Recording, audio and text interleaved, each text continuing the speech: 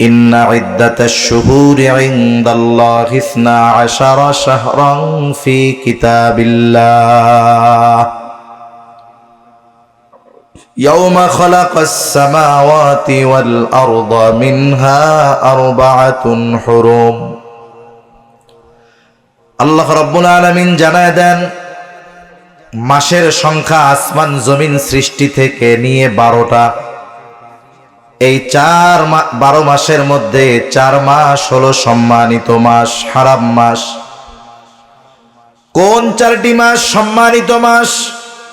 রাসূল আকরাম সাল্লাল্লাহু আলাইহি ওয়াসাল্লাম সুস্পষ্টভাবে জানায় দেন আসমান জমিন সৃষ্টি থেকে নিয়ে মাস হলো 12টা। এর মধ্যে 4টি মাস হলো সম্মানিত মাস।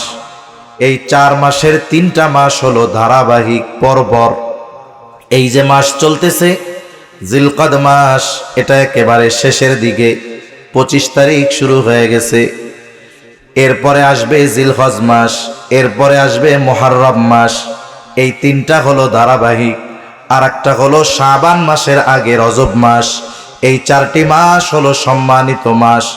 এই মাসগুলোর মধ্যে আমাদের সবার জন্য করণীয় যে আমল, আল্লাহ তাআলা বলেন ফালা তাযলিমু ফীহিন্না আনফুসাকুম, এই সম্মানিত মাস সমূহের মধ্যে তোমরা নিজেরা নিজেদের উপরে জুলুম করবা না।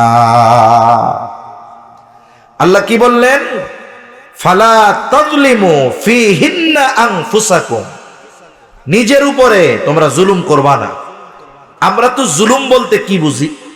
বলে একজনের ক্ষমতা আছে, পাওয়ার আছে, সে আরেকজনের সম্পদ জোরপূর্বক ছিনিয়ে নেয়, আরেকজনের হক নষ্ট করে, আরেকজনকে কথার দ্বারা কষ্ট দেয়। এইভাবে মানুষকে কষ্ট দেওয়া, একজন আরেকজনকে কষ্ট দেয়, যে কষ্ট দেয় তারে বলি আমরা জালেম, আর যাকে কষ্ট দেয় তাকে বলি আমরা মাজলুম।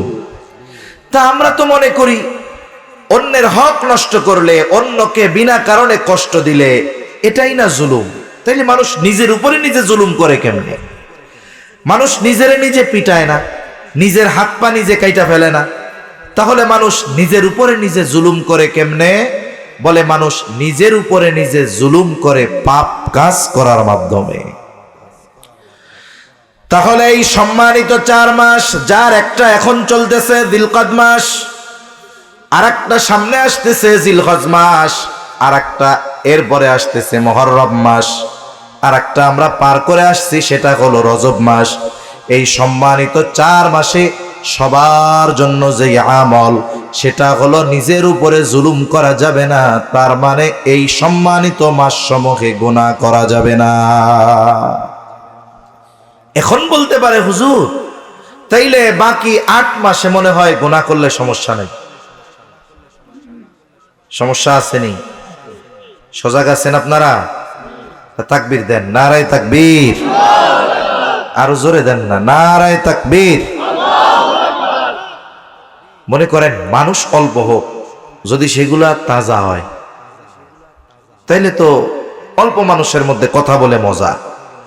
কারণ মানুষের আগ্রহের কারণে আল্লাহ তাআলা বলনেওয়ালার মুখ দিয়া কথা বের করে। আবার অনেক মানুষ একেবারে মোটামুটি মনে হইতেছে কবরস্থানে ওয়াজ করতেছি, হুহাও কয় না, নড়াচড়াও করে না, এমনি মরার মতো চাইরিস। এরকম যদি হাজারো মানুষ হয়, এই মানুষের মধ্যে কথা বইলা মজা লাগে না, কথা আসতে চায় না।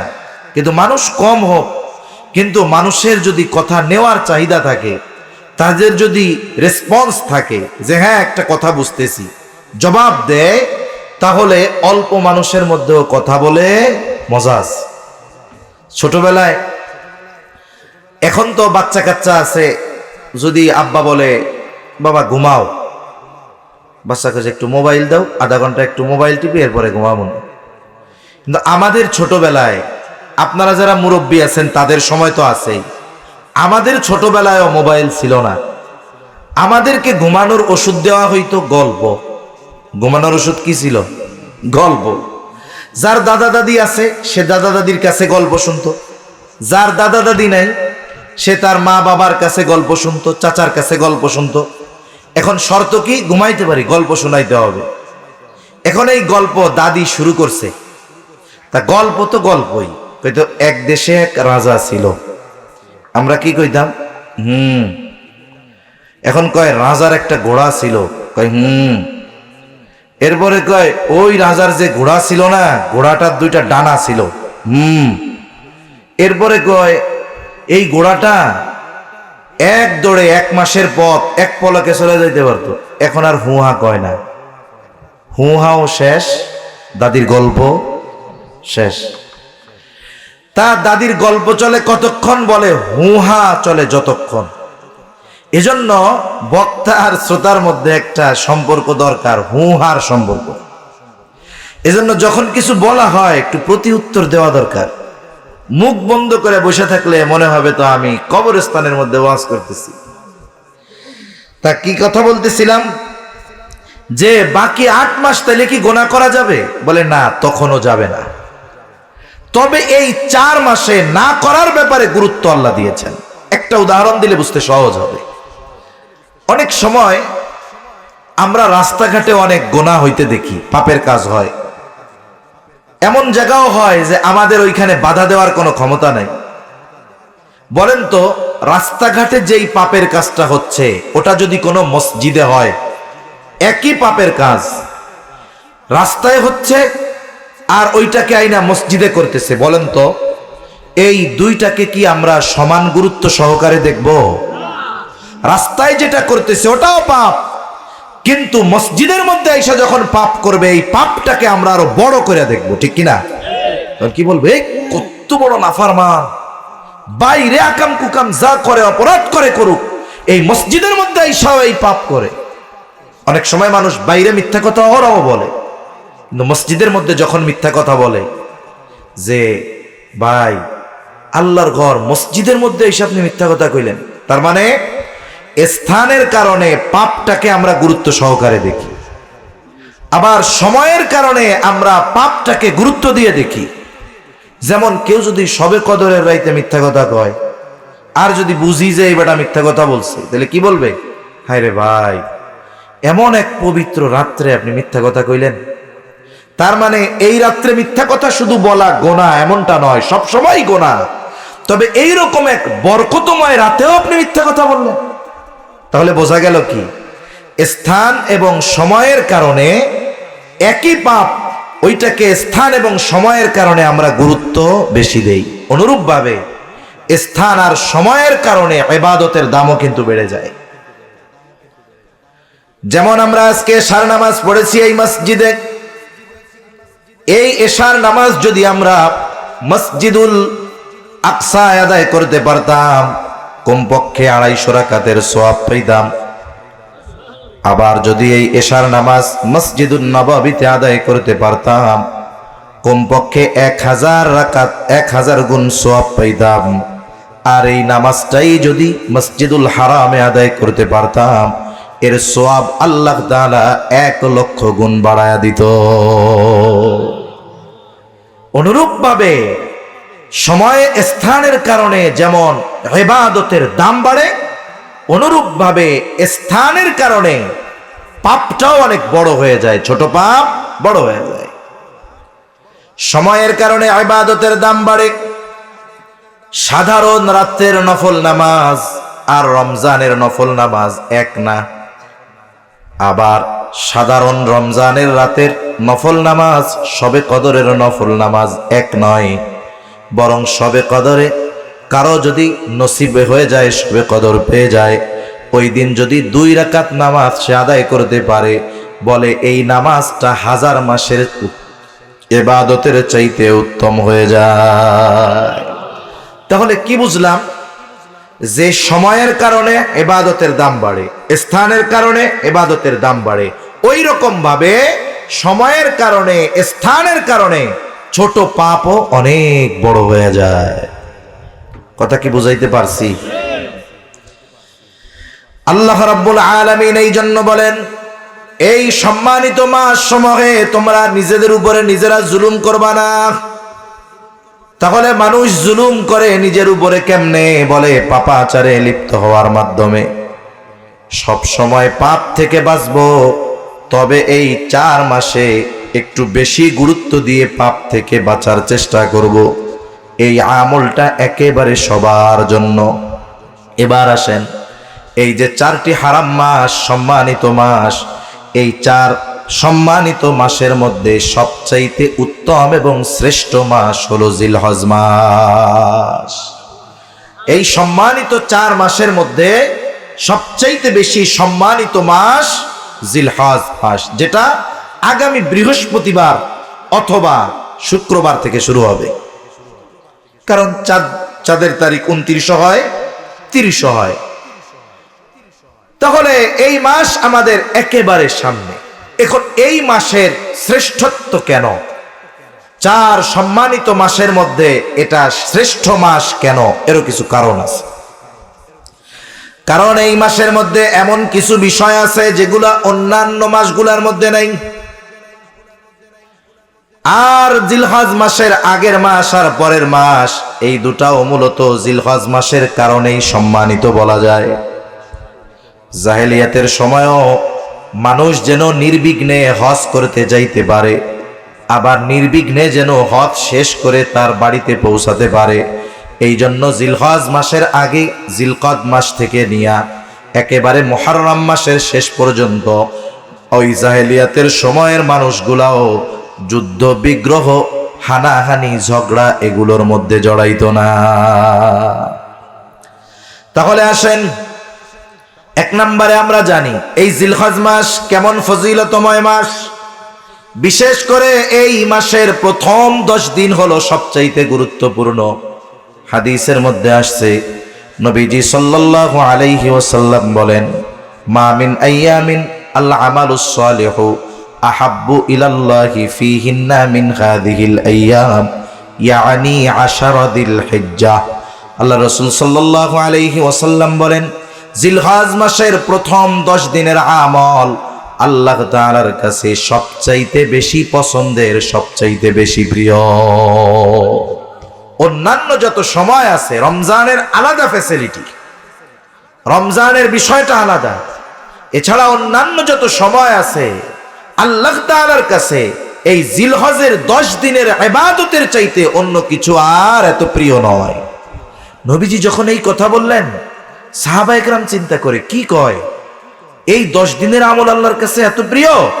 এবার তারা নবীজিকে প্রশ্ন করতেছে, ক্বালু ওয়ালাল জিহাদু ফি সাবিলিল্লাহ। হে আল্লাহর রাসূল সাল্লাল্লাহু আলাইহি ওয়াসাল্লাম, এই 10 দিনের আমল আল্লাহর কাছে এত প্রিয়, এটা কি আল্লাহর রাস্তায় জিহাদ করার চাইতেও বেশি প্রিয় নাকি? নবীজি সাল্লাল্লাহু আলাইহি ওয়াসাল্লাম বলেন, ক্বালা ওয়ালাল জিহাদু ফি সাবিলিল্লাহ। হ্যাঁ, এটা আল্লাহর রাস্তায় জিহাদ করার চাইতেও এই 10 দিনের আমল আল্লাহ তাআলার কাছে বেশি প্রিয়। তবে তার বিষয়টা ভিন্ন। যেই ব্যক্তি জানমাল নিয়ে বের হয়ে গেছে আর ফিরে আসে নাই, তার মানে আল্লাহর রাস্তায় শহীদ হয়ে গেছে, তার কথা ভিন্ন। কিন্তু এছাড়া কোনো ব্যক্তি যদি আল্লাহর রাস্তায় জিহাদরত অবস্থায় থাকে, ওই জিহাদরত অবস্থায় থাকার চাইতেও এই 10 দিনের আমল আল্লাহ তাআলার কাছে বেশি প্রিয়। এজন্যই আল্লাহ তাআলা কোরআনুল কারীমের মধ্যে এই 10 রাত্রির কসম করেছেন। এই 10 দিন আল্লাহর কাছে প্রিয়, আবার ওই 10টা দিনের 10টা রাতের কসম আল্লাহ তাআলা করেছেন সূরাতুল ফাজরের মধ্যে। আল্লাহ তাআলা বলেন, ওয়াল ফাজরি ওয়া লায়ালিন আশর। শপথ ফজরের, শপথ 10 রাত্রির। আল্লাহ তাআলা কোরআনুল কারীমের মধ্যে যত কিছুর কসম করেছেন, সবচাইতে বেশি কসম আল্লাহ তাআলা করেছেন সময়ের। আল্লাহ তাআলা কোন কোন জায়গায় স্থানের কসম করছেন, জায়গার কসম করছেন। আল্লাহ তাআলা সবচাইতে বেশি কসম করেছেন সময়ের, যেমন হল আসর, আসরের কসম করছে। ওয়াদ-দুহা, সকালের, আলোকিত সকালের কসম আল্লাহ তাআলা করেছেন। ওয়াল লাইলি ইযা সাজা, রাত্রি এটাও তো সময়, এটার কসম করেছেন যখন সেটা অন্ধকারাচ্ছন্ন হয়ে যায়। ওয়াল ফাজরি, ফজরের কসম আল্লাহ করেছেন। ওয়া লায়ালিন আশর, 10 রাত্রির কসম আল্লাহ তাআলা করেছেন। তার মানে আল্লাহ তাআলা কোরআনুল কারীমে যত কসম করেছেন, কসমগুলোর মধ্যে সবচাইতে বেশি কসম করেছেন সময়ের ব্যাপারে। এখন আল্লাহ কসম করেন কেন? আমরা কসম করি কেন? অনেক সময় কোনো মানুষ যদি আমার আপনার কথা সহজে বিশ্বাস করতে না চায়, আমার আপনার কোনো কথা মানুষের সামনে বিশ্বাসযোগ্য, গ্রহণযোগ্য করে তোলার জন্য আমরা কসম করি। যখন আপনি আমি কোনো সত্য কথা কারো সামনে বলি, কেউ যখন বিশ্বাস করতে চায় না, গুরুত্ব দেয় না, তখন মানুষে বলে না আল্লাহর কসম এটা আমি করছি, অথবা সে এটা করেছে, অথবা ওইটা হয়েছে। তার মানে আমরা আল্লাহর নামে কসম করি কেন? আমার কথাটাকে মানুষের সামনে গুরুত্বপূর্ণ হিসাবে তুলে ধরার জন্য, বিশ্বাসযোগ্য করে তোলার জন্য। আমরা যেই আল্লাহ বাড়ানোর জন্য, ওই আল্লাহ কসম করেন কিসের? বলে সময়ের, স্থানের। তবে আল্লাহ তাআলা কিন্তু তার কথার গ্রহণযোগ্যতা বাড়ানোর জন্য কসম করেন না। কেউ যদি মনে করে যে আল্লাহ কসম করার কারণ হলো যে আল্লাহ তাআলার কথাটা যেন আমরা গুরুত্ব দেই, এজন্য, এই উদ্দেশ্যে আল্লাহ কসম করেন না। তবে মানুষের একটা খাসলাত এইটা, মুফাসসিরিনে কেরাম বলেন মানুষের একটা খাসলাত হলো, মানুষ যখন স্বাভাবিক কোনো কথা বলে, ওই কথাটাই যদি কসম সহকারে বলে, তাহলে মানুষ কসম সহকারে কথাটাকে গুরুত্ব দেয় বেশি। এটা মানুষের খাসলাত। তবে আল্লাহ তাআলা কসম যেই বিষয়গুলার করেন, এর দ্বারা আল্লাহ তাআলার কসমকৃত বিষয়গুলা কত গুরুত্বপূর্ণ, এটা বান্দা যেন অনুধাবন করতে পারে। এখন আল্লাহ যেই বিষয়ের কসম করছেন, তাহলে এই বিষয়গুলো কতটা গুরুত্বপূর্ণ এটা মোটামুটি আমরা বুঝতে পারছি তো ইনশাআল্লাহ।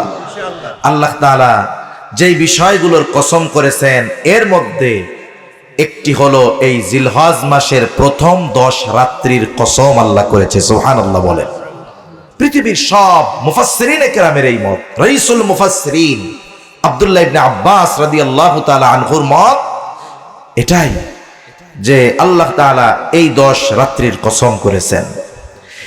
সাথে সাথে নবীজিও বলছেন এই জিলহজ মাসের প্রথম 10 দিনের আমল, আল্লাহ বলেছেন রাতের কসম, আর নবীজি জানায় দিলেন দিনের আমল। তার মানে গোটা 10টা দিন রাত আমাদের সামনে চলে আসলো, যেই 10 দিনের আমল আল্লাহ তাআলার কাছে সবচাইতে প্রিয়, আল্লাহর রাস্তায় জিহাদ করার চাইতে প্রিয়। সুবহানাল্লাহ। আমাদের প্রথম কাজ কি মনে রাখতে হবে, কিন্তু 1 নাম্বার কাজ সবার জন্য গুনাহ থেকে বাঁচা। 2 নাম্বার, এই যে প্রথম 10 দিন জিলহজ মাস, তো গোটা সাথে প্রথম 10 দিন কেন এত গুরুত্বপূর্ণ? 1 নাম্বার, এই জিলহজ মাসের মধ্যেই আছে ইসলামের অন্যতম রকন, ইসলামের অন্যতম ভিত্তি হজ। ইসলামের বুনিয়াদ, ইসলামের ভিত্তি হলো 5টা। কয়টা? জোরে কোন? 5টা। ক্বালা রাসূলুল্লাহ সাল্লাল্লাহু আলাইহি ওয়াসাল্লাম বুনিয়াল ইসলামু আলা 5 শাহাদাতি আল্লা ইলাহা ইল্লাল্লাহু ওয়া আন্না মুহাম্মাদার রাসূলুল্লাহ ওয়া ইকামিস সালাহ ওয়া ইতাইজ যাকাহ ওয়াল হজ্জি ওয়া সাওমি রমাদান। রাসূলুল্লাহ সাল্লাল্লাহু আলাইহি ওয়াসাল্লাম জানায় দেন ইসলামের ভিত্তি 5টি, এর মধ্যে একটা হলো হজ। হজ যখন কারো উপরে ফরজ হয়, ইসলামের যে আমলগুলো আছে, এই আমলগুলো একটি দৃষ্টিকোণ থেকে 3 ভাগে বিভক্ত। ইসলামে কিছু আমল আছে যেটা শারীরিক, এটার সাথে সম্পৃক্ত। কিছু আমল আছে অর্থের সাথে সম্পৃক্ত। কিছু আমল আছে দৈহিক আর আর্থিক উভয়টার সমন্বয় করতে হয়। যেমন দৈহিক ইবাদত হলো নামাজ, দৈহিক ইবাদত হলো রোজা। একটা মানুষ সে যদি দাঁড়িয়ে নামাজ না পড়তে পারে, দাঁড়িয়ে নামাজ পড়া ফরজ, কিন্তু সে যদি দাঁড়াতে অক্ষম হয় বসে পড়বে। বসে যদি নামাজ পড়তে সে অক্ষম হয়ে যায়, সে শুয়ে পড়বে। শুয়ে পড়বে।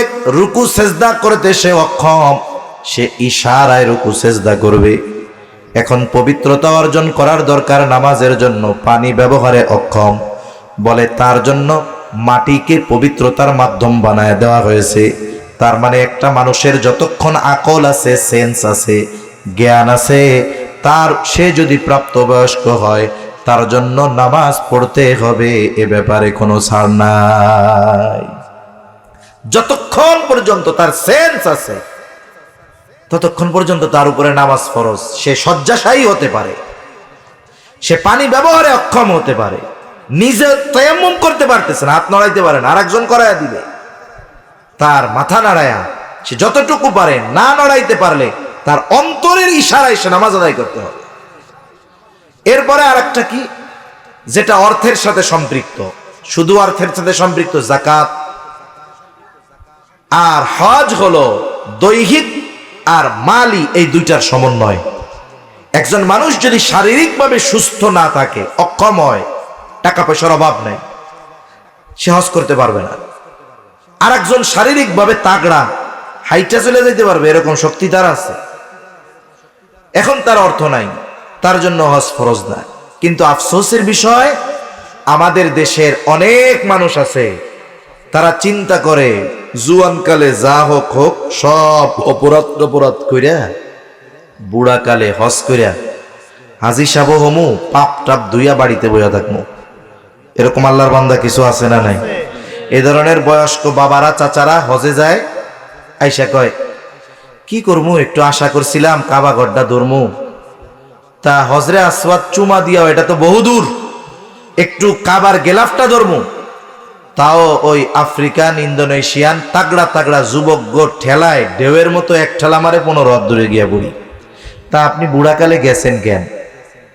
ওরা তো জুয়ান থাকতে আগে হজ করে নেয়।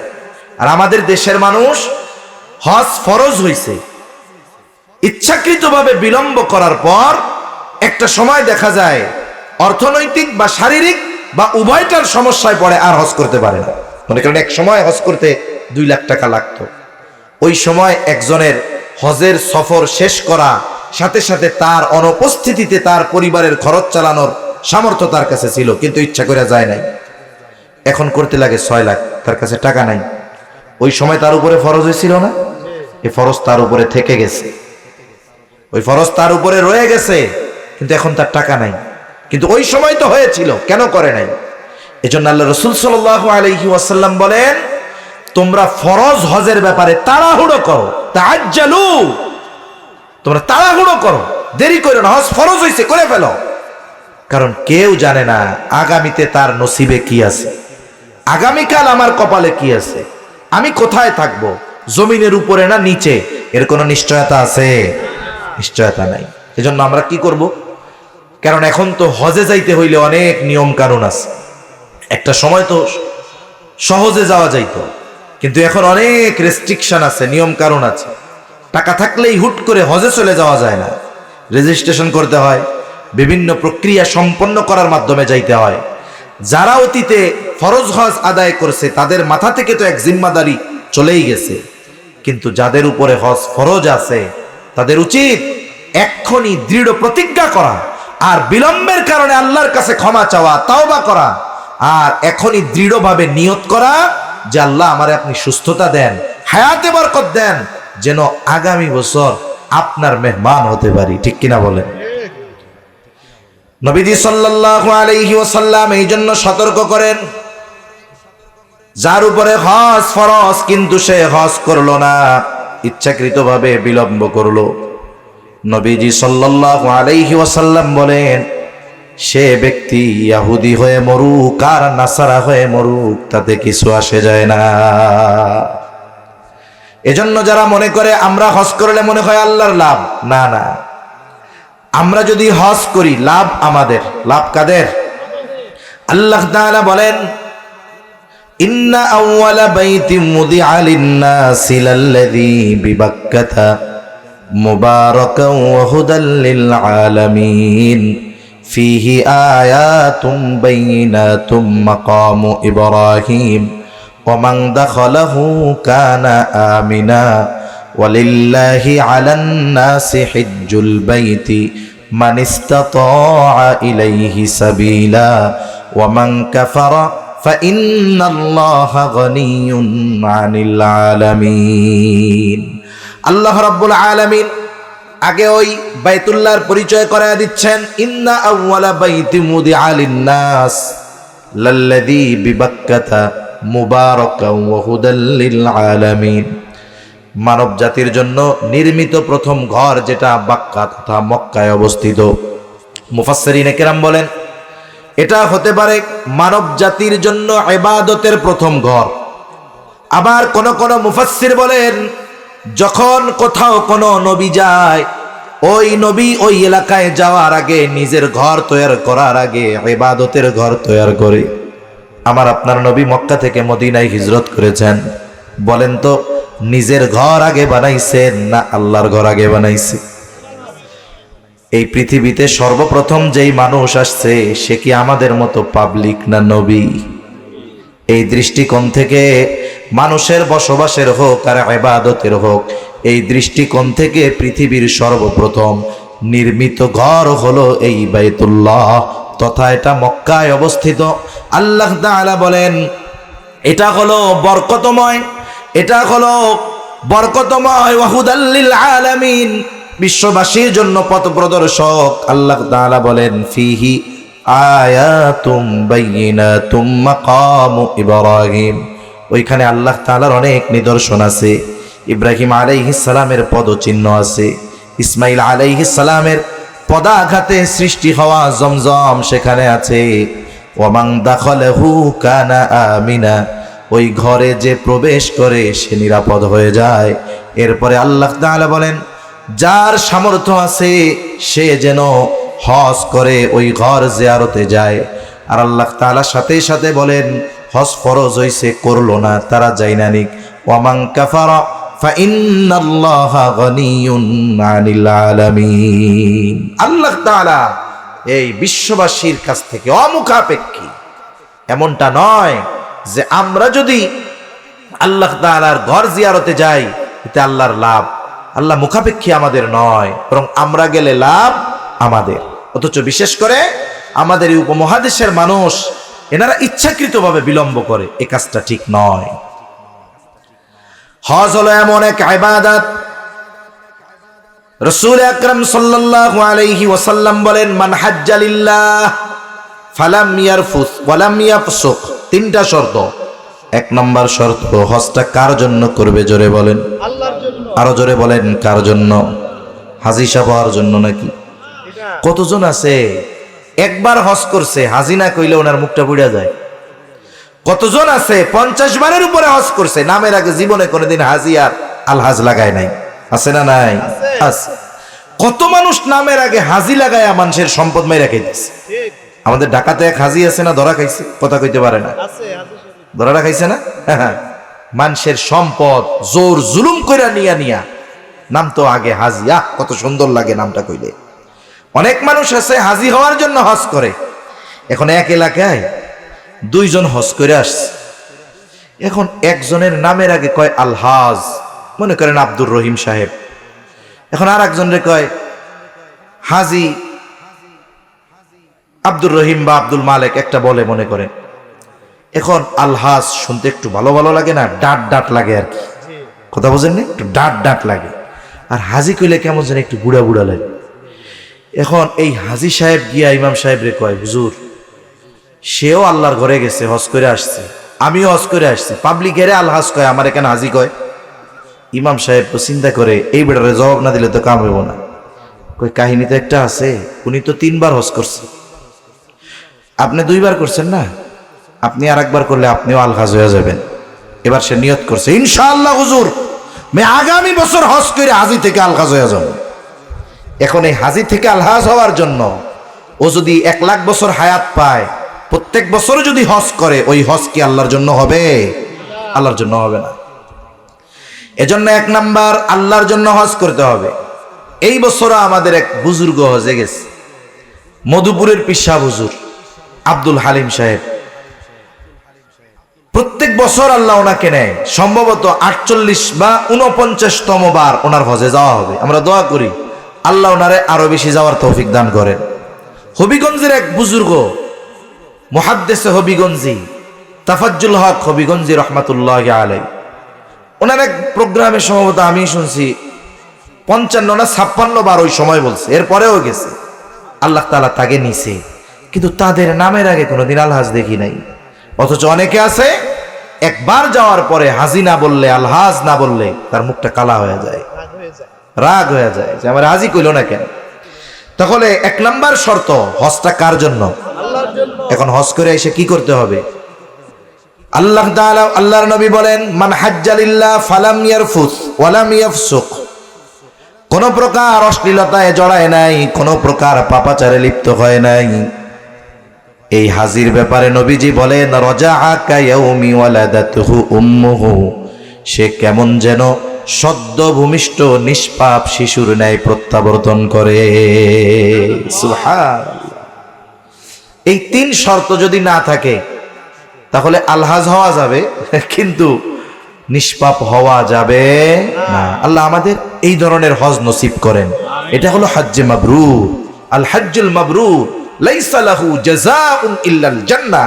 নবীজি সাল্লাল্লাহু আলাইহি ওয়াসাল্লাম বলেন, হজ্জে মাবরুরের প্রতিদান জান্নাত ছাড়া আর কিছু না। সুবহানাল্লাহ বলে। এখন এই বরকতময় এক ফজিলত, সুযোগ আমরা হারাচ্ছি অনেকে ইচ্ছা করে। এজন্য যারা এই দায়িত্বটা পালন করছে তাদের উপর থেকে তো এটার দায়িত্ব গেছে, কিন্তু যাদের উপরে ফরজ হয়েছে, আপনার আত্মীয় স্বজনের মধ্যে হতে পারে, আপনার হয় নাই, ঠিক আছে, কিন্তু আপনার আত্মীয়র হয়েছে, আপনি তাকে উদ্বুদ্ধ করেন, দেরি করো না, কোন সময় হায়াত শেষ হয়ে যায় বলা যায় না, ঠিক কিনা? এজন্য উলামায়ে কেরাম বলেন, যার উপরে হজ ফরজ হয়েছিল কিন্তু সে ইচ্ছা করে করতে পারে নাই, তার ওসিয়ত লিখে যাওয়া উচিত যে আমি যদি মারা যাই আমার সম্পদ থেকে আমার বদলি হজটা তোমরা করে দিবা, কারণ তার উপরে ফরজ বাকি ছিল, সে ইচ্ছাকৃতভাবে করে নাই। এজন্য এটাকে গুরুত্ব দেওয়া। তো জিলহজ মাসের এত ফজিলত হওয়ার প্রথম কারণ, এই মাসে ইসলামের অন্যতম এক ভিত্তি হজ সম্পাদন করা হয়। এরপরে এই মাসে আরো কি আছে? হজের সাথে সাথে এই মাসে আছে আরেকটা দিবস, যেই দিবসের ব্যাপারে আল্লাহর নবী জানায় দেন, এই দিন আল্লাহ তাআলা আসমানের নিকটে চলে আসে, আরাফার দিন। এই দিনটা আল্লাহ তাআলার পক্ষ থেকে বিশেষ এক দিন, দোয়া কবুলের দিন। এই দিনের রোজার ব্যাপারে ফজিলতের কথা আছে, আমলের বিষয়গুলো একটু পরে যাই আমরা। 3 নাম্বার বলে, এই জিলহজ মাসেই আছে ইসলামের অন্যতম নিদর্শন কুরবানি। আমি কিন্তু শেষের দিকে আবার একটু পিছনের কথাগুলো টান দিব, কেন? যেন পরিপূর্ণ কথার কিছু যে মূল কথাগুলো, এগুলো আমরা জেনে নিয়ে যেতে পারি। তাহলে হারাম মাস সমূহে সবার জন্য যে আমল, ধনী হোক গরিব হোক, কি? গুনাহ থেকে বাঁচা। 2 নাম্বার, যার সামর্থ্য আছে তার হজ করা। 3 নাম্বার, যার সামর্থ্য আছে কোরবানি করা। কি করা? জোরে বলেন। কোরবানি করা। এই কোরবানি ইসলামের অন্যতম এক শিআর, কোরবানি ইসলামের অন্যতম এক নিদর্শন। আমার আগে যেহেতু মুফতি ইউনূস আহমদ সাহেব ভাইজান ফাজাইল মাসাইল নিয়ে বলছে, আমি ওই দিকে যাব না, আমি একটু কোরবানির ইতিহাসের দিকে যাব, কোরবানির অতীত নিয়ে কিছু কথা বলবো, যে এই কোরবানি কি শুধু উম্মতে মুহাম্মাদির উপরেই হয়েছে? না না, যেমন আল্লাহ তাআলা রোজা ফরজ করেছেন, রোজা শুধু উম্মতে মুহাম্মাদির উপরে ফরজ তা না। আল্লাহ তাআলা কোরআনুল কারীমে বলেন, ইয়া আইয়ুহাল্লাযীনা আমানু কুতিবা আলাইকুমুস সিয়াম কামা কুতিবা আলাল্লাযীনা মিন ক্বাবলিকুম লাআল্লাকুম তাত্তাকুন। আল্লাহ তাআলা বলেন, হে ঈমানদারেরা, তোমাদের উপরে রোজা ফরজ করা হয়েছে যেমনি ভাবে তোমাদের পূর্ববর্তীদের উপরেও রোজা ফরজ করা হয়েছিল, অনুরূপভাবে কোরবানির ব্যাপারেও আল্লাহ তাআলা বলেন, লিকুল্লি উম্মাতিন জাআলনা মানসাকাল লিয়াযকুরু ইসমাল্লাহি আলা মা রাযাকাহুম মিন বাহিমাতিল আনআম। লিকুল্লি উম্মাতিন জাআলনা মানসাকান, প্রত্যেকটা উম্মতের উপরে এই কোরবানি ছিল, তবে কোরবানির এখন যে পদ্ধতি, সব উম্মতের উপরে এই পদ্ধতি ছিল না। কোরবান মানে কি? পরিভাষায় আমরা কোরবানি বলতে বুঝি আল্লাহর সন্তুষ্টি অর্জনের লক্ষ্যে পশু জবাই করা, এটা পারিভাষিক পরিচয় বলা যায়। কিন্তু কোরবান, এটা দ্বারা উদ্দেশ্য হলো, মূল কথা হলো নৈকট্য অর্জন করা। এখন আল্লাহর নৈকট্য অর্জনের জন্য যাই করা হয় ওটাই কোরবানি। কারণ নামাজ পড়ি কেন? কার নৈকট্যের জন্য। দান সাদকা করি নৈকট্যের জন্য। এই দৃষ্টিকোণ থেকে আল্লাহর নৈকট্য অর্জনে যেই আমলই করা হয় সেটাকে কোরবানি বলা যায়। তবে এই পরিভাষায় আমরা যেটাকে কোরবানি বুঝি, যে আল্লাহর নৈকট্য অর্জনের জন্য নির্দিষ্ট দিনে নির্দিষ্ট ব্যক্তির নির্দিষ্ট পশু কোরবানি করা, আল্লাহর জন্য জবাই করা, এটাকে আমরা কোরবানি বলে চিনি। প্রত্যেক নবীর উম্মতের জন্য কোরবানি ছিল। এই কোরবানির ইতিহাস শুরু হয়েছে আদম আলাইহিস সালাম থেকে নিয়ে। আদম আলাইহিস সালাম থেকে নিয়ে কোরবানির শুরু। ওনার দুই সন্তানের মধ্যে যখন আল্লাহ তাআলা ওই সময় জোড়ায় জোড়ায় সন্তান দিতেন, একটা ছেলে একটা মেয়ে, এই জোড়ার ছেলে আর ওই জোড়ার মেয়ে, ওই জোড়ার ছেলে আর ওই জোড়ার মেয়ে, এইভাবে বিবাহ হইত। এখন আদম আলাইহিস সালামের দুই সন্তানের মধ্যে দ্বন্দ্ব লেগে গেছে। এক জোড়ায় দেখতে বোনটা কালো, আর এক জোড়ায় দেখতে বোনটা ভালো। এখন যার জোড়ায়, যেই ছেলের বোন ভালো, ও কয় আমি ওই জোড়ার কালারে বিয়ে করুম না। শরীয়তের যে কোনো সিদ্ধান্ত আল্লাহ তাআলার পক্ষ থেকে চূড়ান্ত সিদ্ধান্ত। এরপরেও দুই ভাইয়ের মধ্যে যখন দ্বন্দ্ব, আদম আলাইহিস সালাম বললেন ঠিক আছে, তাইলে তোমরা আল্লাহর জন্য কোরবানি করো। এখন যদি কোরবানি কবুল হয় তাইলে আল্লাহর ফয়সালা ওইটা। এখন কথা হলো, আদম আলাইহিস সালাম শরীয়তের, ওনার শরীয়তে সুস্পষ্ট বিধান থাকার পরেও কেন বললেন কোরবানি করার জন্য?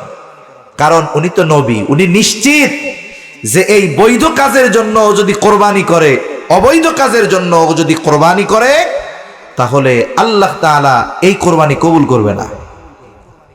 এখন আদম আলাইহিস সালামের এক সন্তান, যে তার জোড়ার বোনরে বিয়ে করতে চায়, ও কৃষিকাজ করতো, ও কিছু চিটা মিঠা ফসল আল্লাহর জন্য কোরবানি করছে, রাইখে আসছে এক জায়গায়। আর আরেকজন, সে রাখালের কাজ করতো, একটা হৃষ্ট পুষ্ট একটা ভেড়া আল্লাহর জন্য কোরবানি করছে। আল্লাহ তাআলা নিয়ত দেখছে না। এখন ভেড়া যে কোরবানি করছে তার কোরবানি কবুল হয়েছে।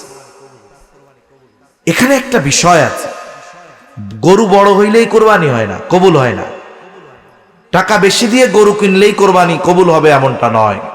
আল্লাহ তাআলা কোরআনুল কারীমের মধ্যে বলেন, ওয়াতলু আলাইহিম নাবা আবনাই আদামা বিল হক ইয ক্বাররাবা কুরবানান ফাতুকবিলা মিন আহাদিহিমা। এই যে দুইজন কোরবানি করছে, এর মধ্য থেকে একজনের কোরবানি আল্লাহ তাআলা কবুল করেছেন, ওয়ালাম ইউতাকাব্বাল মিনাল আখার, আরেকজনেরটা আল্লাহ তাআলা কবুল করেন নাই। এখন যারটা কবুল করে নাই সে তো খেপা, সে প্রচন্ড রাগান্বিত হয়ে গেছে। এইবার সে বলে ক্বালা লা আকতুলান্নাক, তার মানে আল্লাহর সিদ্ধান্তের বাহিরে গিয়ে সে তার বাইরে বলতেছে, তোরে আমি হত্যা করে হলেও আমি আমার জোড়ার বোনরে বিয়া করব। আর যার কোরবানি কবুল হয়েছে সে কি বলছে, এখানে শিক্ষণীয় বিষয়, বলে ক্বালা ইন্নামা ইয়াতাকাব্বালুল্লাহু মিনাল মুত্তাকিন। আল্লাহ তাআলা কাদেরটা কোরবানি কবুল করবে? বলে যারা মুত্তাকি তাদেরটা। আর তাকওয়ার স্থান এটা অঙ্গ প্রত্যঙ্গের সাথে না, তাকওয়ার স্থান কোথায়? অন্তর। রাসূল আকরাম সাল্লাল্লাহু আলাইহি ওয়াসাল্লাম বলেন আত-তাকওয়া হাহুনা, এটা বলে তিনবার এই দিকে তিনি ইশারা করে দেখাইছেন। এজন্য আমাদের ইবাদতগুলো কবুল হওয়ার জন্য অন্যতম যেটা দরকার সেটা হলো তাকওয়া দরকার। তা কোরবানির ইতিহাস ওইখান থেকে শুরু, এটা একটা পদ্ধতি। এরপরে আল্লাহ তাআলা যুগে যুগে আরো কঠিন কঠিন কোরবানি উম্মতের মাধ্যমে নিয়েছেন, নবী রাসূলদের মাধ্যমে। আল্লাহ সুবহানাহু ওয়া তাআলা বিশেষ করে ইব্রাহিম আলাইহিস সালামের মাধ্যমে যেই কোরবানি, ইব্রাহিম আলাইহিস সালামের, এটা তো ইতিহাসের অন্যতম এক নজিরবিহীন কোরবানি, পশু জবাইয়ের কোরবানি। আর আল্লাহ তাআলা এই জায়গায় সিদ্ধান্ত নিলেন সন্তানকে জবাই দেওয়ার কোরবানি। ইব্রাহিম আলাইহিস সালামকে যখন নমরুদ ফালায়া দিছে ওই ইসের মধ্যে, অগ্নিকুণ্ডের মধ্যে, আগুনের মধ্যে, ওইখানে তো ওরা ফালাইছে পুড়ায় ফেলার জন্য, কিন্তু আল্লাহ তাআলা ওদের অপমানিত করছে।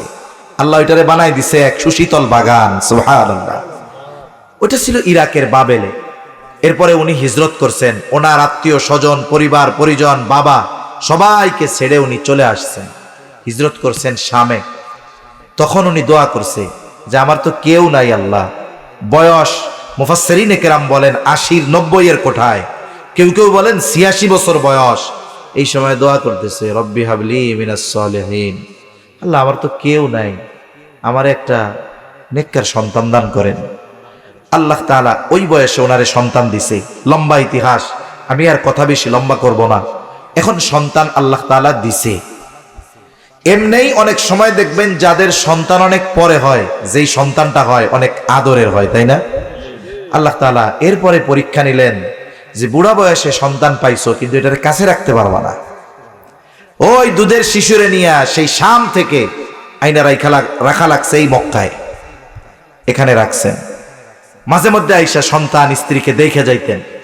এবার বড় হইছে, সন্তান সাথে চলতে পারে, একেবারে শিশু বাচ্চা, যেটা কথাবার্তা কিছুই বলে না, এরকম কোন বাচ্চা যদি মারা যায় যত কষ্ট পিতার লাগে, সন্তান যখন একটু বড় হয় 4, 5, 6, 7 বছর, 8 বছর, 10 বছর সাথে চলে, এই যে যখন বাড়ে, চেহারাটা যখন একটু ফুলে উঠে, এই বাবার সাথে সাথে চলে, বাবার কাজ বাজে একটু সাহায্য করে, একটু পর পর আব্বা বলে ডাক দেয়, এই ধরনের সন্তান যদি কারো মারা যায়, ওই শিশু বাচ্চার মৃত্যুর যন্ত্রণার, এই ধরনের বাচ্চা যদি মারা যায় কষ্ট বেশি না কম? যখন সন্তানের প্রতি ইব্রাহিম আলাইহিস সালাম আরো নির্ভরশীল হচ্ছে, 90 বছর পার হয়ে গেছে, সাথে সাথে থাকে, এই টাইমে আল্লাহ তাআলা ইব্রাহিম আলাইহিস সালাম রে কঠিন এক পরীক্ষার মধ্যে ফালায়া দিয়েছেন। আল্লাহ তাআলা বলেন, ফালাম্মা বালাগা মাআহুস সা'য়া ক্বালা ইয়া বুনাইয়া ইন্নী আরা ফিল মানামি আন্নী আযবাহুকা ফানজুর মাযা তারা ক্বালা ইয়া আবাতি ফাআল মা তু'মার সাতাজিদুনি ইনশাআল্লাহু মিনাস সাবিরিন। যখন ইসমাঈল আলাইহিস সালাম ইব্রাহিম আলাইহিস সালামের সাথে একসাথে চলতে পারে, একসাথে চলাচল করতে পারে, আব্বার সাথে এই জায়গায় যায় ওই জায়গায় যায়, এই বয়সে আল্লাহ তাআলা ইব্রাহিম আলাইহিস সালামকে স্বপ্ন দেখাচ্ছেন যে তিনি তার সন্তানকে জবাই করতেছেন। তিনি এটা স্বপ্নে দেখছেন। বলা হয় যে পরপর 3 দিন তিনি স্বপ্নে দেখছেন যে সন্তানকে জবাই করতেছেন, একেবারে এই স্বপ্ন দেখছেন।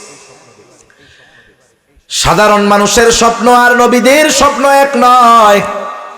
নবীরা যেই স্বপ্ন দেখেন সেটা হলো ওহী। এবার ইব্রাহিম আলাইহিস সালাম সন্তানের কাছে চলে আসছে। ক্বালা ইয়া বুনাইয়া, সন্তানরে ডাক দেয়, হে আমার সন্তান। আরবি ভাষায় সন্তানকে আদর মাখা ডাক হলো ইয়া বুনাইয়া, হে আমার বৎস। আমরা বলি না ও কলিজার টুকরা সন্তান, আরবিতে কয় ইয়া বুনাইয়া ইন্নী আরা ফিল মানাম আন্নী আযবাহুকা ফানজুর মাযা তারা। হে আমার বৎস, আমি স্বপ্নে দেখলাম আন্নী আযবাহুকা, আমি তোমারে জবাই করতেছি। সন্তান কিন্তু এখনো বালেগ হয় নাই, বাবার সাথে চলতে পারে, এখন বলতেছে আমি দেখলাম তোমারে জবাই করছি। ফানজুর মাযা তারা, এটা তো আমি স্বপ্নে দেখছি, এই ব্যাপারে তুমি কি কও? আসলে সন্তানের মতামত চাচ্ছে না ইব্রাহিম আলাইহিস সালাম, সন্তানের মতামত জানতে চাচ্ছেন না, সন্তানের মনোভাব জানতে চাচ্ছেন যে সন্তান কি বলে, যে আব্বা এটা কোনো কথা হইল, এইটা বলে, নাকি সে বলে যে আপনার যা খুশি করেন। একটা হলো সিদ্ধান্ত জানতে চাওয়া, আর একটা হলো মতামত জানতে চাওয়া, দুইটার মধ্যে তফাৎ আছে। আপনার মনোভাব কি, আমার মনোভাব কি, এটা জানার জন্য আপনি আমার একটা বিষয় বলতে পারেন। আর একটা হলো সিদ্ধান্ত, হ্যাঁ অথবা না। ইব্রাহিম আলাইহিস সালাম হ্যাঁ অথবা নার জন্য ইসমাঈল আলাইহিস সালাম রে বলে নাই যে তুমি কি কও। যেমন আল্লাহ তাআলা যখন মানুষ সৃষ্টি করতে চাইছে, ওয়া ইদ ক্বালা রাব্বুকা লিল মালাইকাতি ইন্নী জাইলুম ফিল আরদি খলিফা, এই যে ফেরেশতাদের সামনে যখন বলছে দুনিয়ায় আল্লাহ খলিফা পাঠাবে, মানুষ সৃষ্টি করবে, এটা তাদের সিদ্ধান্ত জানার জন্য বলে নাই, এটা তাদেরকে বলছে তাদের মনোভাব জানার জন্য, যদিও আল্লাহ তাদের মনের অবস্থা জানে। এবার ইব্রাহিম আলাইহিস সালাম বলতেছে, ফানজুর মাযা তারা, এ ব্যাপারে তুমি কি বলো? সন্তান, নবীর সন্তান সাথে সাথে জবাব দিয়ে দিল, ক্বালা ইয়া আবাতি ফাআল মা তু'মার সাতাজিদুনি ইনশাআল্লাহু মিনাস সাবিরিন। যে পিতা, আপনি যেই ব্যাপারে আদিষ্ট হয়েছেন, নির্দেশ প্রাপ্ত হয়েছেন, আপনি সেটা করেন। আপনি আমাকে ইনশাআল্লাহ ধৈর্যশীলদের অন্তর্ভুক্ত পাবেন, কোনো পেরেশানি করেন না। লম্বা ইতিহাস। ইব্রাহিম আলাইহিস সালাম সন্তানটা জবাই করবে, চোখে চোখ পড়লে কষ্ট হবে। কোন কোন মুফাসসির বলেন একবারে উপর করে দিছে, কেউ কেউ বলেন কাট করে দিছে, যাতে করে চোখে চোখ না পড়ে। স্বপ্নে কি দেখছে? জবাই করতেছে, জবাই হইতে তো আর দেখে নাই। একটা হলো জবাই হয়ে যাওয়া, আর একটা হলো ছুরি চলতেছে, এটাই তো জবাই করা।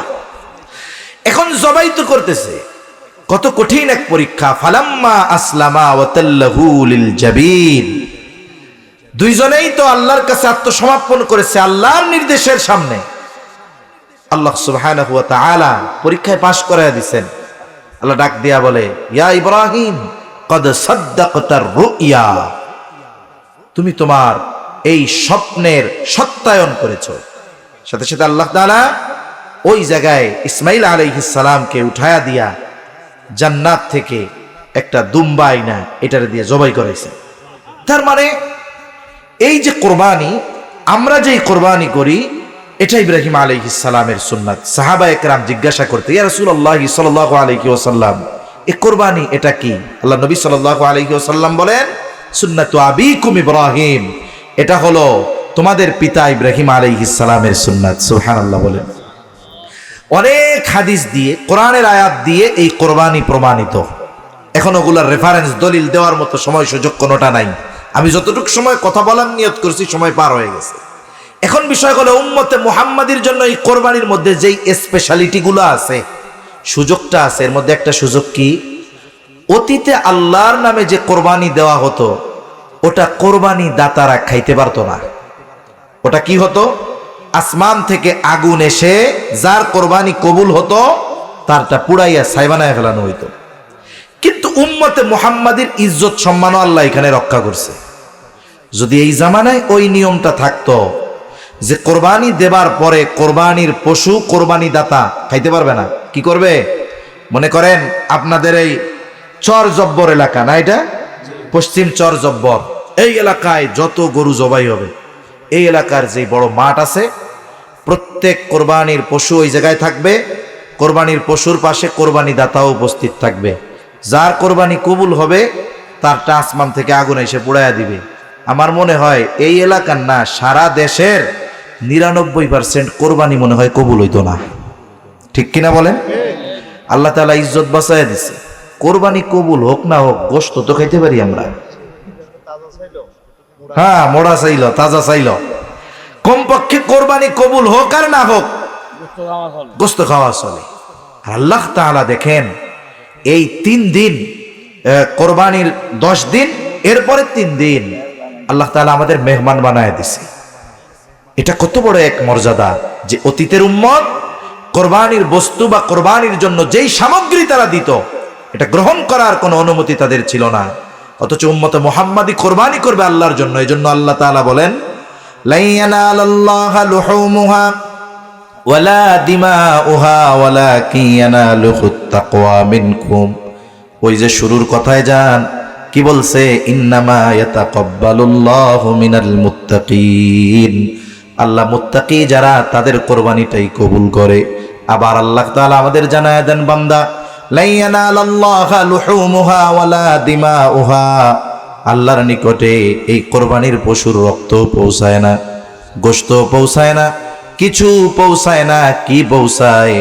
ওয়ালাকিন ইয়ানালুহুত তাকওয়া মিনকুম, আল্লাহ তাআলার কাছে আমাদের তাকওয়াটাই পৌঁছায়।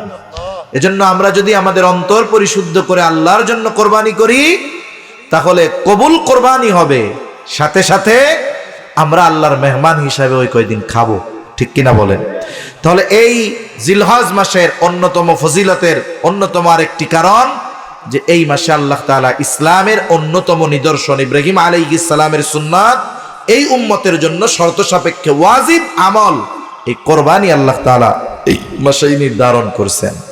সাথে সাথে এ মাসগুলাতে বা এই দশকে আমরা কি করব, করণীয় কি, বর্জনীয়, গুনাহ থেকে বাঁচবো, এক কথায় শেষ। করণীয় কি কাজ? এক হাদিসের মধ্যে আসছে হযরত হাফসা রাদিয়াল্লাহু তাআলা আনহা থেকে বর্ণিত, রাসূল সাল্লাল্লাহু আলাইহি ওয়াসাল্লাম চারটা জিনিস কখনো ছাড়তেন না। একটা হলো আশুরার রোজা, আরেকটা হলো এই 10 দিনের রোজা। 10 দিন বলতে 9 দিন আর কি, 10তম দিনে তো কোরবানি হয়, ওই দিন তো রোজা রাখা যাবে না, হারাম। এই জিলহজের প্রথম দশকের রোজা, এরপরে প্রতি মাসের আইয়াম বীজের যেই রোজা আছে, চাঁদের 13, 14, 15 এই 3 দিনের রোজা। আর একটা কি? সালাতুদ দুহা, সূর্য উঠে যাওয়ার পর যখন আকাশ পরিষ্কার হয়ে যায়, আমরা এক নামাজ পড়ি না, 2 রাকাত 4 রাকাত যে যেরকম পারে পড়ে, এই সময় 2 রাকাত নামাজ নবীজি কমপক্ষে পড়তেন। এই 4 জিনিস নবীজি ছাড়তেন না। আরো হাদিসের মধ্যে আসছে, যেহেতু আল্লাহর কাছে এই সময়ের আমল সবচেয়ে প্রিয়, নবীজি রোজা রাখছেন। এখন আমরাও এই দশকে চেষ্টা করব রোজা রাখার জন্য, আল্লাহ তৌফিক দান করেন। সাথে সাথে এই সময়গুলোতে কি করব? আল্লাহ রাসূল সাল্লাল্লাহু আলাইহি ওয়াসাল্লাম থেকে বর্ণনা আসছে, জবানের জিকির বাড়ায়া দিব। ফাকসিরু ফীহিন্নাত তাসবিহ ওয়াত তাহলিল ওয়াত তাহমিদ ওয়াত তাকবীর। একসাথে কি পড়ব? সুবহানাল্লাহ, আলহামদুলিল্লাহ, লা ইলাহা ইল্লাল্লাহু, আল্লাহু আকবার। সাথে সাথে পড়তে পারি জবানে হালকা কিন্তু মিজানে ওজন, সুবহানাল্লাহি বিহামদিহি সুবহানাল্লাহিল আযীম। মানুষের যত গুনাহ হয় সব গুনাহের সূচনা চোখ আর মুখ দিয়া হয়। এজন্য মুখ যত হেফাজতে রাখা যায় তত পাপ থেকে বাঁচা যায়, তত গুনাহ থেকে বাঁচা যায়। এজন্য প্রকৃত মুসলিম হতে হলে জবানের হেফাজতের দরকার। নবীজি বলেন, আল মুসলিমু মান সালিমাল মুসলিমুনা মিন লিসানিহি ওয়া ইয়াদিহি। প্রকৃত মুসলমানকে যার জবান এবং হাতের অনিষ্ট থেকে আরেক মুসলমান নিরাপদ থাকে। আরেক হাদিসে নবীজি বলেন, তোমরা 2টো জিনিস হেফাজতের গ্যারান্টি দাও, আমি তোমাদের জান্নাতের গ্যারান্টি দিব। একটা হলো উভয় চোয়ালের মধ্যবর্তী যেই গোশতের টুকরা মানে জিহ্বা, আরেকটা হলো উভয় উরুর মধ্যবর্তী স্থান মানে লজ্জা স্থান। এই 2টো জিনিস হেফাজতের গ্যারান্টি দাও, নবীজি বলেন আমি জান্নাতের গ্যারান্টি দিব। সুবহানাল্লাহ। তাহলে জবান হেফাজত করার মাধ্যমে প্রকৃত মুসলমান হওয়া যায়, জবান হেফাজতের মাধ্যমে নবীর থেকে জান্নাতের গ্যারান্টি পাওয়া যায়। এজন্য আমরা যদি জবান হেফাজত করবো কেমনে, তালা মেরে রাখবো কেমনে না, এই জবানকে যদি আমরা জিকির দ্বারা জীবিত করতে পারি, বেশি বেশি জিকির করতে পারি। নামাজ, ফজরের নামাজ কেউ যদি এখন চিন্তা করে, দূর ঘুমের থেকে উঠতে পারি না, না পারি, তার ঠিক আছে আমি ফজরের নামাজ 2 রাকাত না 8 রাকাত পড়ে ঘুমাও, হবে? ফজরের নামাজের জন্য ফজরের রক্ত হওয়া লাগবে, এরপরে তার পবিত্রতা অর্জন করতে হবে, এরপরেই না নামাজের সময় হবে, এরপরে নামাজ পড়বে। কিন্তু জিকিরের জন্য আপনি আমি রাস্তায় চলতেছি, সুবহানাল্লাহ, আলহামদুলিল্লাহ, লা ইলাহা ইল্লাল্লাহ, আল্লাহু আকবার। যেহেতু হাদিসের মধ্যে এই 4 কালিমার জিকির করার কথা আসছে, আর এক হাদিসে আসছে আল্লাহ তাআলার কাছে 4টি কালিমা সবচেয়ে প্রিয়। কার কাছে?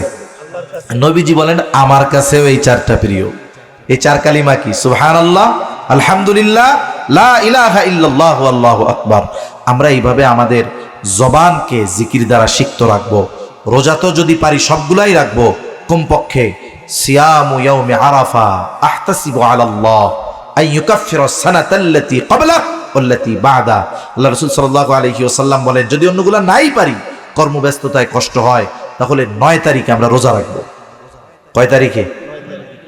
আরবি তারিখ হিসাবে 9 তারিখ। এটা নিয়ে দেখবেন কয়দিন পরে অনেক গোলা হবে, জল পানি গোলা করবে। কেউ বলবে না না 9 তারিখ ওই আরাফার ময়দানে হাজিদের অবস্থানের আলোকে রাখতে হবে। আপনি সব দিন রাখেন, কিন্তু এখানে ইয়াউমে আরাফা একটা পরিভাষা, কিন্তু উদ্দেশ্য তারিখ হলো কত? 9। আরবি তারিখের কত? 9। যদি পুরা সময়টাই রাখা যায়, এটা তো সবচাইতে ভালো। এই আমলগুলো আমরা করি, তাহলে আশা করা যায় জিলহজের যেই প্রথম দশক, এর তাৎপর্য আমাদের দ্বারা রক্ষা হবে। সাথে সাথে জিলহজের প্রথম দশকে ইবাদতগুলোর মাধ্যমে আমরা আল্লাহ তাআলার নৈকট্য অর্জন করতে পারবো। আল্লাহ তৌফিক দান করেন। আর একটা বিষয় হয়তো হযরত আগে বলে গেছে, যে জিলহজের 10 তারিখ শুরু হওয়ার আগে খাসসাতান, বিশেষ করে যারা কোরবানি দিবে, এরা জিলহজ মাস শুরু হওয়ার আগে চুল, নখ, তারপরে গোফ, হাতে পায়ের নখ, লজ্জা স্থানের যেই পশমগুলো আছে এগুলো পরিষ্কার করে ফেলবে। এটা যারা কোরবানি দেওয়ার নিয়ত করছে তারা করবে, যারা করে নাই এখনো তারাও করবে। কারণ সাহাবা একরাম, তাবেঈন, তাবেঈন, সালফে সালেহিনদের আমল থেকে এটা প্রমাণিত। কেন? কারণ আজকে 25 তারিখ জিলকদ মাসের, হতে পারে একজন ব্যক্তির জিলহজের 3 তারিখেও কোরবানি দেওয়ার সামর্থ্য হয় নাই, কিন্তু কোরবানির আগের দিন 9 তারিখে আল্লাহ তারে সামর্থ্য দিতে পারে কি পারে না? 10 তারিখে দিতে পারে কি পারে না? 11 তারিখে দিতে পারে কি পারে না? 12 তারিখেও দিতে পারে, হয়তো আল্লাহ দিয়ে দিতে পারে। এজন্য কোরবানি যে দিবে নিয়ত করছে, অথবা যার সামর্থ্য নাই দিবে না, সেও এই আমলগুলো করবে। এই আমলগুলো যদি আমরা করি তাহলে আশা করা যায় এই মাসের পবিত্রতা রক্ষা হবে, এই মাসের ফজিলতগুলো আমাদের অর্জিত হবে। আল্লাহ সুবহানাহু ওয়া তাআলা আমাদেরকে এই কথাগুলো বুঝবার, আমলের কথাগুলো আমল করবার তৌফিক দান করেন, আমিন। ওয়া আখিরু দাওয়ানা আনিল হামদুলিল্লাহি রাব্বিল আলামিন। মেহরবানি করে উঠুন, এখন দোয়া হবে। হযরত আমাদের জন্য খাস করে দোয়া করবেন, মাদ্রাসার জন্য দোয়া করবেন। অনেক অসুস্থ রোগীর পক্ষ থেকে দোয়া চাওয়া হয়েছে, সকলের জন্য ইনশাআল্লাহ দোয়া করবেন। সম্মানিত হাজিরিন, আমরা আসলে এই মাদ্রাসার মাহফিলটা করি ব্যতিক্রম